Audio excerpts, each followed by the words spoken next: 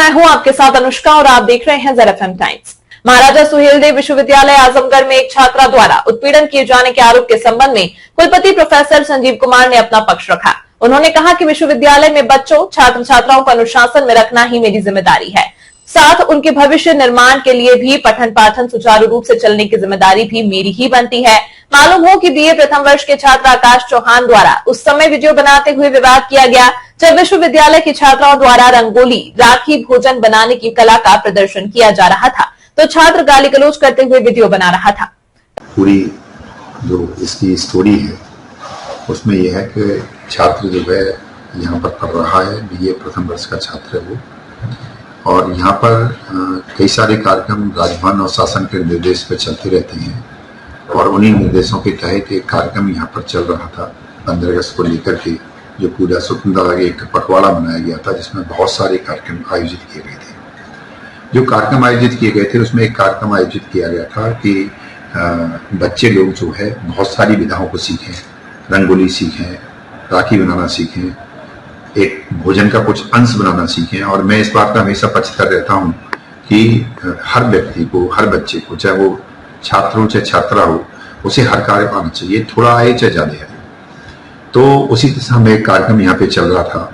ये छात्र ने पहले वीडियो बनाया और वीडियो बनाते समय उसने जो सबसे बड़ी खराब बात की वो ये की कि उसने गालियां देना शुरू कर दी। गालियां देना शुरू कर दी, ये हमारी नॉलेज में नहीं आया। हमारी नॉलेज में जब आया जब उसने इसको इंस्टाग्राम पर अपलोड कर दिया।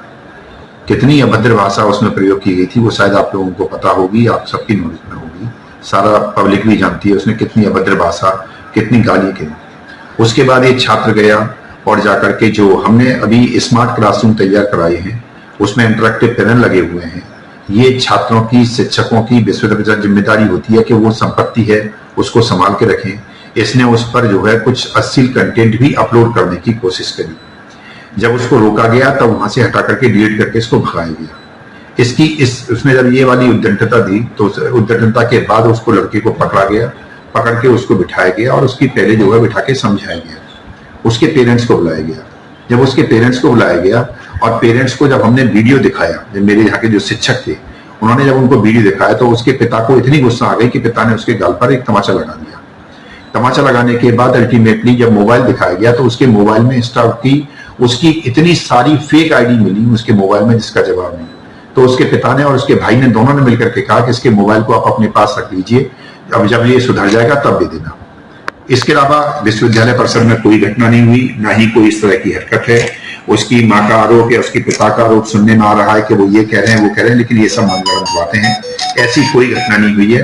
ये शिक्षा का मंदिर है और हम लोग यहाँ पर गुरु शिष्य परंपरा को निभाते हैं। लेकिन अगर कोई छात्र उद्दंडता करेगा तो उस उद्दंडता के लिए उसको कहीं ना कहीं पनिशमेंट भी दिया जाएगा। सर, इस प्रकरण से सर विश्वविद्यालय की छवि धूमिल हो रही है, इसके प्रति सर क्या कार्रवाई की जाएगी? छात्र देखिए, छात्र अगर आज हमने यहाँ पर पूरे प्रोक्टर लोगों को बुला रखा है, उसके छात्र को बुलाया, उसके परिवार को बुलाया है।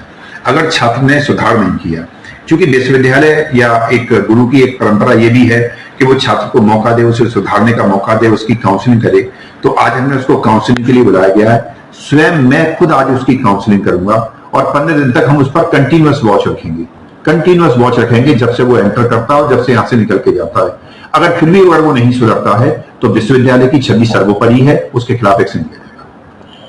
सर, छात्र की इस कार्य को करने का क्या उसका उद्देश्य क्या था सर? देखिए, ये तो उद्देश्य तो ना तो आप बता सकते हैं ना मैं बता सकता हूँ।